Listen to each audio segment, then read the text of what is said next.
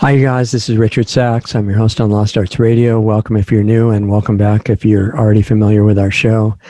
We have a procession of incredible people as guests on the show, and it's one of the big perks that Doug and I have is to meet these great people.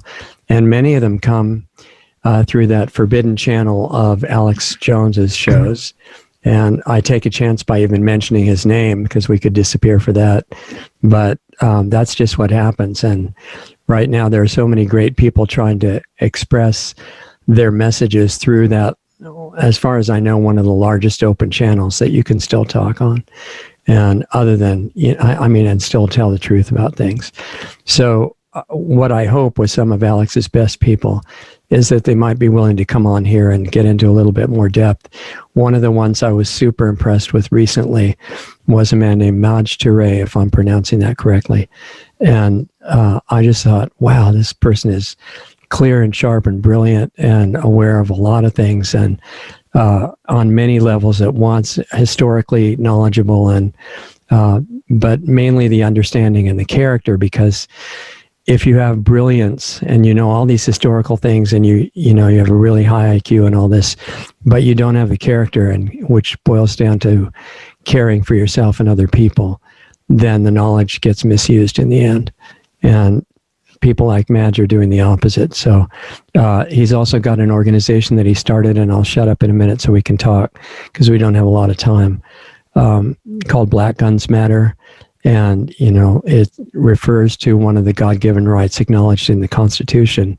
And Madge understands completely that the Constitution is not what grants any rights. They're all inalienable rights from God. And I would say you're born with them, but some of them you have before you're born as well. And just by the fact of your existence. And I totally agree that we're being trained by the media right now who wants to do some unpleasant things to us, that guns are dangerous. They make everybody go crazy. They're the reason for violence. They end up killing everybody. And we'd be totally safe and peaceful if everybody except the government and the criminals were disarmed. And that's not exactly accurate. So we'll pack in as much as we can. And if we're lucky, Madge will come back again. So welcome, Madge, and thanks for being here. I really appreciate it. Thanks for having me. I appreciate it. It's good, it's good to be seen. Some people aren't right now. Yeah. Wow. It's the only way to not see somebody like you is to be blind, which unfortunately is the common condition right now. So, we have like 30 minutes or less. So it's a choice of what to go into. And I'll mention a couple of things. Just what I've heard from your videos and what I heard you talking about on Alex's show. And, then we'll go where you think is most important. One of the things happening that's important, and possibly with messages for what's coming to the U.S. in certain possibilities, is what's going on in South Africa. Yeah. And you had a brilliant guest on that you were talking about that with a few days ago. And we can look at that. The whole idea of guns, why the founders put in the Second Amendment. And of course, that doesn't go far enough, because that only, the Second Amendment doesn't guarantee rights. It just says the federal government can't make laws against that particular right. Right. It doesn't constrict the states or, corporate restriction, which we're seeing happen a lot in respect to the pandemic. We have other things to deal with that. So we could go there. We could also go into what you have planned. And we would definitely want to have time for what you want to see happen. What's your goal? What do you care about? So let's start there on what I care about. Currently, I'm caring more and more about individual accountability and sovereignty, learning how to grow food better, kind of being off grid a little bit. Right. Survival. I've been studying, like a lot of my friends are military guys, special forces guys, and things of that nature, but their survival classes and the things that it takes to survive in adverse conditions. I care about that more lately here. Right. I care a lot more about getting back to the earth. And I say that in the most, I know it might sound a little cheesy or like, whatever, but I think that's like the reality. It's always going to come down to, in this physical thing that we're in. Yeah. it's going to come down to, germs and steel, for lack of a term. Yeah. That's kind of what I'm caring more about now.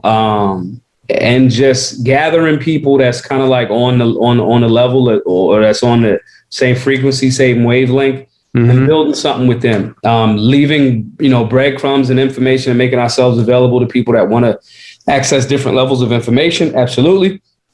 But right now, man, as things are being ramped up by the opposition, I think it's very important. And the thing that I'm caring about more is making sure we in position for the opposition, whether that's, spiritual understanding, health and wellness, whether that's growing food, whether that's carpentry, electrician, just the ability to tap into your inner God, to manifest, to create, I carry a firearm, around all of the time. And that's the power of protecting life, and that's the power of death. But the power of creation, the power of like legit saying, I'm going to take this thing and expand it into something else that you can create sustenance, food, clothing, and shelter from. I got the defense part down. Now we need to generate. And so that's kind of what I'm caring about more here recently. That's beautiful. I think that's the basis of probably a month worth of shows, at least. So, just taking the highlights of that. First of all, for people, I like to talk to people that have no idea what we're talking about, not just the ones that we're making feel supported and confirmed, but people who just stumble into the show and say, what? I thought guns is what we're trying to get rid of to be safe, because we got all this gun violence going on, and what it does is it makes people insane and they go kill everybody. Yeah. So what, to the ones that we can reach, what would you say? So one, I actually had a similar conversation on our YouTube channel today. George Floyd, was killed, and wherever people land on George Floyd, they made a mural of him. And we aren't saying that a person is to be deified. He's a person that something happened and it spoke to something that a lot of people with media pushed as well. Some media exploited that. But there was a mural. The mural was struck by lightning, and a lot of our conservative brothers and sisters were like making a joke about it. See, God didn't want that, so forth and so on. Now, one, to presume to know, unless you identify as your own Gomer, Oz, and Debar, your own self-God and divining force, to speak for an external being that you've never met and don't have direct communication with right now is a bit presumptive or presumptuous. But in doing so, there are people that left media makes people that seem right of center or center, or further right of center. Left media makes those people look racist. For us to make fun of George Floyd's mural and the form of, oh, God wanted it to happen, packages and makes it easier for leftist media to portray people that identify as conservative or more right of center as racist, whether you are or not. Right. And the pushback was, well, those people in that media, we're not trying to get, they're not interested anyway. Well, I'm not talking about the media. I'm talking about the people that actually are paying attention, that we may be able to persuade to understand a different perspective. So you're not talking to the person that's made the decision that you're the enemy. You're talking to the people that haven't landed there yet. They don't know, or they're influenced by left media, but they're at least open to a different perspective. The way to do that is the 3 steps that we utilize as solutionaries. One, first step is always empathy. Whether I know you're right or wrong, I can know that you're wrong. I can know the answer. I know that you don't know the answer. I'm still going to lead you with empathy. One, because empathy at least allows the opportunity for that person to see that you kind of care, that you kind of give a darn about anything, any perspective that they have. After we've established that rapport via empathy, then we get to facts. Okay, now let's talk about the facts of the matter. If you go to facts first, facts can be cold. You haven't stretched the muscle with empathy. You said cold, you're going into it cold.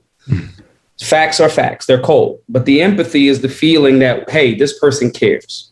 Second is facts. Then after we've established that rapport of empathy and established the facts, and we haven't triggered any defense mechanisms in that person because they recognize that, okay, this person kind of cares. And this person is not just, repeating statements that are not factual. They gave me the facts. Then we can come up with the third step, which is the solution together. That is the way to, it's almost like, an undefeatable way of translating information or perspective to a person that's kind of on the fence, or even if they're on the other side of the fence to you. If I lead with empathy and you don't even allow me to get into the conversation about facts, at least you recognize that, well, that guy's approach was kind of cool. He didn't come off like a jerk. I'm still where I am because we didn't have a conversation about facts. But now, if I get you to empathy and then facts, that person still has the freedom to say, I don't want to listen to those facts. We're not having an adversarial conversation, but I just choose to believe in my narrative more than the facts presented. And that's their freedom to do so. Mm-hmm. If you get to a solution together with that person tends to come to you more for a different perspective about different things. So the way to approach people of all types and where they cut off will tell you the level of where they are. If they're super open, they'll walk with you through empathy, facts, and solution. If they're kind of open, you might get to facts, a conversation with facts with them. If they're not open at all, you'll just be able to share a little bit of empathy and let that seed be in their brain and you move on. Right. That approach is a pyramid. A pyramid is the strongest shape, so they say, of all. Wide base, it elevates, it's solid, it's sturdy. Mm-hmm. That approach is what our brothers and sisters that identify as conservative in that scenario with making fun of George Floyd's lightning, the mural getting struck by lightning. One, you make yourself open to the left's portrayal of you, whether it's accurate or not. Two, you don't extend and expand this value system that you say is very important into the areas or with the people that media has a mental control over. You don't expand into, you don't take that opportunity to expand. And you actually just create more polarization and division. America, the human race, does not need that at this point in time. Right. That approach works. The problem is some people are not interested in an actual, like a win, like a moral or spiritual or actual victory. They're interested in, it's me versus you. We just want to consistently go back and forth. And some people in positions of leadership won't apply this because they have a vested interest financially from addressing things from such a polarized perspective. That is not what my interest is. That is not what moves humanity or helps us evolve in a different direction. I got a bunch of these guns around. Guns are cool. I got one here. You know what I'm saying? I have one here. Like guns are awesome. Cool. For protection and provision. No doubt. Mm-hmm. I believe that the human condition can evolve to a point where these aren't actually necessary. I don't think we're there right now. Right. But I believe that, the ancient Kemetic people, or some of the listeners may know them as Egyptian, they wasn't walking around with guns, but they were able to build these structures. The top of Khufu's pyramid and the Giza pyramid strip is the exact center of the planet Earth. So they did that without firearms in that regard. They did that with a power that was beyond what we currently are exhibiting today.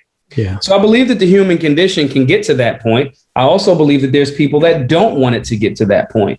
Mm-hmm. But having that appreciation and empathy for where we are and where we could be or where we have been is what drives me and others to continue to move forward. But that's why I lead with that perspective for those that are open to hearing it that way. So that's, in a roundabout way of explaining how we can actually engage people that we want to share a perspective with, that may be open, that may be totally closed, or maybe, somewhere in the middle. And that's been very effective for us, not even just as a solutionary, but in our work at Black Guns Matter as well, about something as serious and concrete as firearms and self-defense.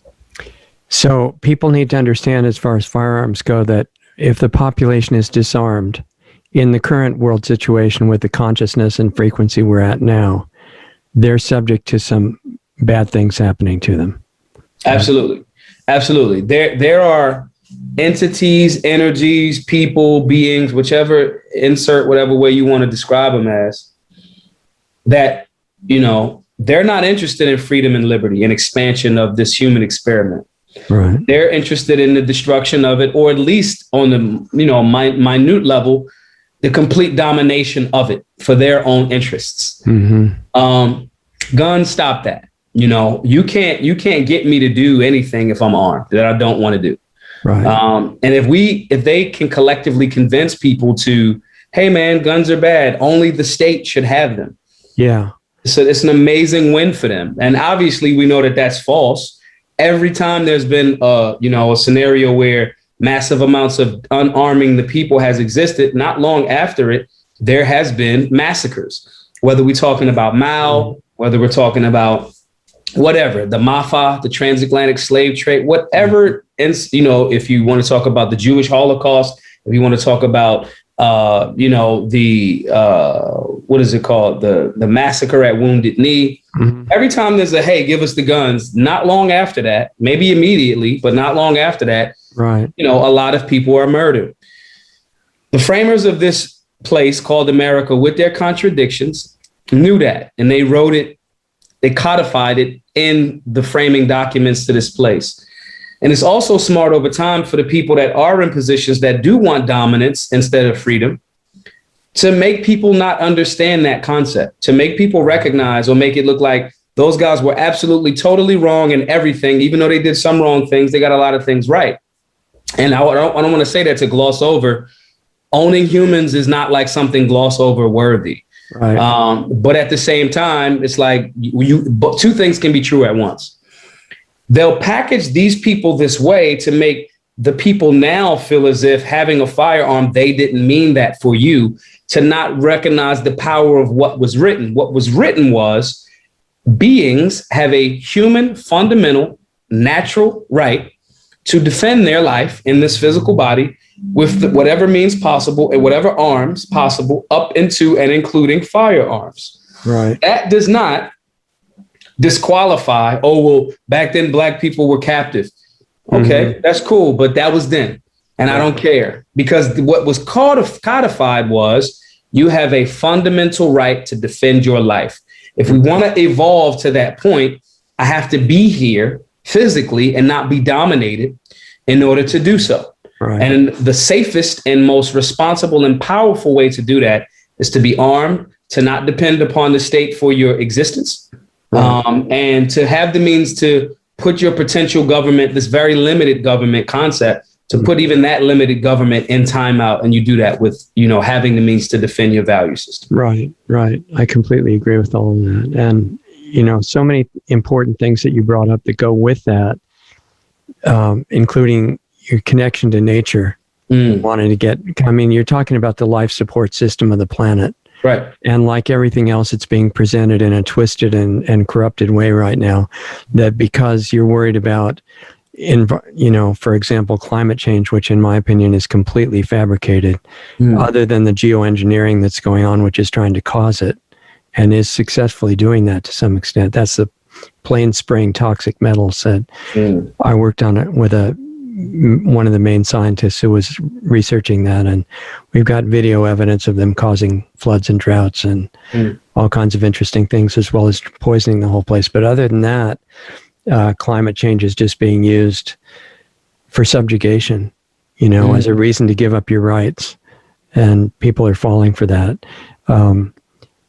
But the real environmental situation is that we're getting removed from nature, like you say, and people don't know about growing food anymore. They think it grows up in a can, and they don't know the effect on the physical body of eating different kinds of food.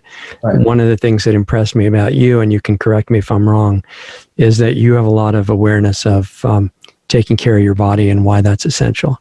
Right. Working out, eating good food, things like that. So there's a balance. I was a raw foodist and a vegetarian for years. Wow. Well, I was a vegetarian for years, but I tried raw foodist for about 6 months. And some of the things, there's a great book by Dr. Laila Africa called African Holistic Health. It's over 30 years old. It's a great book. He passed maybe a year or so ago. Okay. Transitioned. African Holistic Health. Yeah, African Holistic Health by Dr. Laila Africa, Laila, Africa with a K, actually, Afrika. Okay. And in this book, he speaks about so many of these things. And, he also wrote another book called Nutricide, which is like the nutritional genocide of a race. There was also a movie called that, a video by a doctor. Yeah. It's probably a documentary on his work. If I haven't seen it, but I would bet money if I had to bet. Okay. When I started reading these books, and I met him before he passed or transitioned, I would try some of these things. And some of the things he said in the book, I was like, there's no way, and not to sound too gross, but like when you eat healthy, like literally your waste doesn't stink. I know like that. You know what I mean? I know that from experience. Right. And I'm just like, bruh, my sleeping, this might sound spooky to some people, but your viewers may not spook them out. When I slept, when I had dreams, they didn't feel like dreams. It was like communication, for lack of a better term. Yeah, exactly. And knowing that right now I'm not really walking that path the same way, right? Right. However, and knowing that when I eat certain food, I'm like, yeah, this is sustenance to like keep you going, but this is food stuff. This isn't actually food. Right. And when you're in a war, again, going back to some of my special forces guy, your dietary restrictions in the middle of a war, sometimes you won't have any dietary restrictions when you're talking about survival. Yeah, you don't have choices. Right. And so to utilize America for the thing that it actually is, which is, or the earth is, food, clothing, and shelter. And let's slow up for a bit and let's start not only working out and getting your cardio up and drinking plenty of water and things of that nature. Mm-hmm. Your diet also isn't just what you eat. It's what you consume. Exactly. You know what I mean? And so these things are a holistic part of being a solutionary. Now, we don't judge people for being where they currently are and saying, hey, I'm happy where I'm at. Cool. That's freedom too. Sure. But I think that when we start having a revolution in politics, a revolution of our mind and a revolution of our body, then we starting to get real full circle, because some of the things and your ability to manifest, your ability to self-regenerate, all of these things are things that I've had lived experience in. And I think it's a critical component. So, and having some financial success and some friends that can help out, let's just buy, let's get 20, 30 acres. Let's just grow some food and let's try that for a year. You know what I mean? To see how we grow. This should be happening everywhere. Right. Yeah. I mean, I don't mean to interrupt you. It's just, we have a lot to talk about and not much time in this episode, but I relate to what you're talking about. I've been, when you were eating raw food, was that raw vegan or otherwise? Raw vegan. It was literally just grab. And now some things I lightly blanched or steamed, right? Yeah. Because like collard greens are very dense. They are, yeah. So I would like lightly steam, like blanch that a little bit, just maybe a touch of sea salt, but nothing, or pink Himalayan salt or something like that. Yeah. Okay. So the reason I ask you is that I went through the same progression. Started fooling around with vegetarianism in 1970, and then went through all these other stages after that. And I was vegan for a while, and then raw vegan for quite a while. And what I found with raw vegan is that I became emaciated. I lost all my muscle mass. I didn't have energy. I didn't have, impulse to do things, and I was cold. It was clearly missing something. And on a theoretical basis, maybe one piece of fruit a week would be great. But in the real world, as it exists right now in the current energy, you have to be able to function in a way that has power and physical, as well as these other levels. And you're aware of frequency and all these other things that are part of it. But I got so much benefit out of raw food, I didn't want to drop it. Mm-hmm. But I had this dilemma. I'm just weak, and I don't have any energy, and I'm cold, and my brain is functioning slowly, and this is not good. But my body got real clean, and I wasn't susceptible to getting diseases, or I could be around sick people. It would never affect me, and that was valuable. And the other things that you mentioned. But I had to solve that, and at that point, and I really wish we had more time, but at that point, I was already into not wanting to harm animals because, we categorize animals to take away the empathy so we can kill them without worrying about it. Right. And in reality, there's not a lot of difference between your pet dog and a cow. Right. It's just one of them. You say, well, that's food. And humans have the choice, but you have to shut down empathy, which you already talked about, in order to kill the animal and eat its body. And I wanted the benefit, and I'll shut up in a second here, but I want to reach a conclusion. I wanted the benefit, and I was starting to realize, I think I need cholesterol and saturated fat, and the solid part of the brain is like 90% cholesterol. The nerve sheaths are made out of cholesterol. There's all these uses in the body. The reason it was demonized by the medical system, which is totally corrupt on purpose, is because it's essential. I said, how can I do that? I can't find it in the plant kingdom. I don't want anything that's not live and fresh. And I ended up committing heresy, according to the raw vegan community. And I said, what about doing what Jesus and others are recorded as doing a long time ago, using organic raw milk from animals that are treated like pets, and it doesn't hurt them at all. And animals don't mess up the CO2 of the atmosphere or anything. They're part of the balance. And so I tried that, and my reasoning was, I'd probably have what they call lactose intolerance for the first few months, because you need the enzyme to break down what's in the milk, or otherwise it gives you congestion and all that. But if it builds up in your gut and you go through the transition, then in the end it's fine. And that's what happened. And that got rid of the deficiencies. I gained back 30 pounds of muscle mass, all my body heat, all the energy I needed. And I haven't had any desire to go back to cooked food. And that was more than 10 years ago. So See, these are the things for the iceberg here. These are the things that the general public doesn't associate with revolution. And I say revolution. I know. You know what I mean? In the sense of like, hey, let's change a bunch of stuff. But if your belly's not the best, you could work to get it a little bit better. I used to kill cows. I worked at a farm. Yeah. My job was to hit the cows in the head with the sledgehammer. Right. You know what I mean? And I kept getting sick because that place is like, it's a lot of death and carcasses. Yeah. And now they use like this little like air thing that like shoots them in the head. But nonetheless, I just saw, and that's when I made that transition. But then studying, and then you got to put all of these things together. There's a reason why Bill Gates is like supposedly like the largest farmland owner in America now. Now recently, yeah. Yeah. There's a reason why, they've concentrated us in cities and made it, hey, eat this trash. That is not separate. And we got to start remembering that it's a lot of unified things. These things are not separate from other things, political. Like if I can grow my own food, right, I save a lot of money in feeding back into a corrupt portion of a system. And part of what we need to talk about at some point, if you are ever available to come back, is the whole issue of economics. Yes. Because right now, that's been used for a long time as a great control tool to keep the population enslaved, basically, which they still are. All of us Correct. Still are.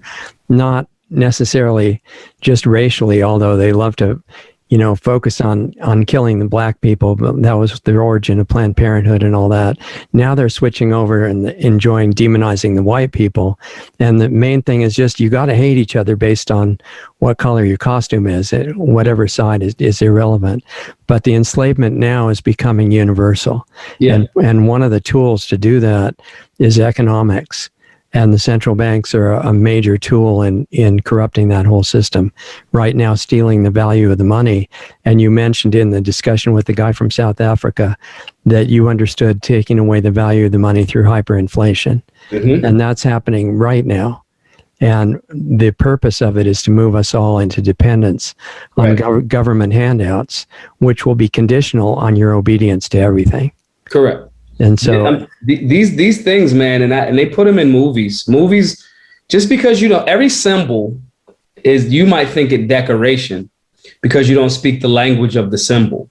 Right. Movies are like that to me. It's we told you, you took it as entertainment. Karmically, we kind of had to tell you that we were going to do these things or attempt to do these things. It's part of their belief system and the sacrifice they're doing. Right. And so we kind of told you, karmically, we're good. You took it as entertainment.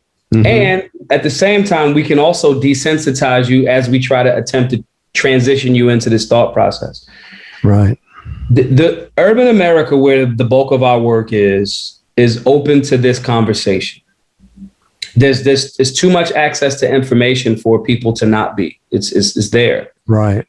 The approach and how the message, obviously, and the approach of the messenger with that message are all critically relevant. The reason why I say urban America is because, again, it's large pockets of population.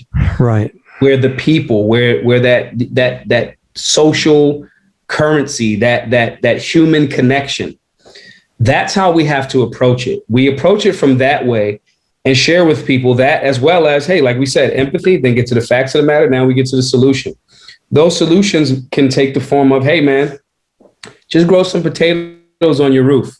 Hey, man, I'm going to grow some corn in my backyard. We can trade. Man, such and such. We can trade. We can get past. We can handle this food part. Yeah. Relatively easily. We can handle this shelter part with making some different decisions on our economics in regards to where we're allocating our resources and funds. Right. And we can start working together collectively with people that want to. Hey, we're going to pay for your house first. We're going to pay for your house second. We're going to pay for your house third. Right. Then we can start actually gaining some of our freedoms and liberties back. This is where I agree with you on what you call the hybrid economy model. It's kind of like socialism, but it's radically different than that because you're not forced. You know, voluntary charity is different than government charity on your behalf. You know, taking what you just got together and giving it to somebody else who doesn't want to do anything. Right. And with total freedom comes, if it's done with good consciousness, prosperity, and mutual respect. And it gets back to who we are, not just the connection to nature, but our essence. Right. So because we've got something we have to do before you have to go, what I want to make sure we don't leave out of this section is what you want people to be aware of. Now, you've got an event coming up, if I'm not mistaken. Yes. And you also have some things that need to be supported financially. Yes. And I want you to mention those. The Solutionary Summit. I want everyone get a ticket, man. It's in Miami in September the 3rd through the 5th. There's different tiers of tickets that you can get. We will have some of those Special Forces guide there for some of the VIP ticket holders. That's in Miami. We go to solutionarylifestyle.org and just check it out. See some of the speakers. We'll be putting out the main promotional video this week. It's just a bunch of people from different political backgrounds talking about economics, health, firearms, preserving life, just solutions from different political spheres: libertarian, Democrat, independent, Republican, whatever, conservative. We want everybody to come to that. If you're a business that wants to be represented, email us, solutionarylifestyle@gmail.com. Support that. Our work with Black Guns Matter, we have raised and given away for over $429,000 over the last few years to keep these classes free to all. Basic firearm safety, conflict resolution, and de-escalation is necessary, especially in urban demographics. Right. If you want to support that, make a donation. We're trying to get, in the next week or so, get 800 people to donate $25. That's not a whole bunch of money, but collectively, voluntarily, we're doing the right thing. It's like conscious capitalism, conscious free market capitalism. Right. So support that. That's GoFundMe.com/Black Guns Matter. YouTube.com/Black Guns Matter. YouTube.com/Maj Toure. And lastly, get some merch, man. BlackGunsMatterShop.com. Talk about freedom.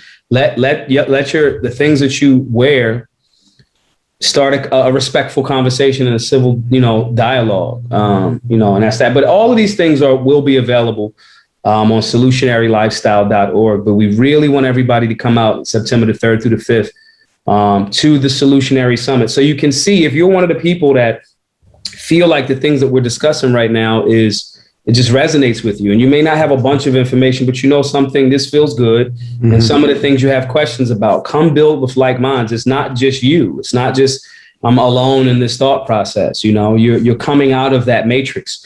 Link up with other people that understand that and are willing to share information and be from an empathetic, you know, fact-based and solutionary perspective. Right. And for people that wonder about it because of the name Black Guns Matter, you don't necessarily have to be black to come to the event.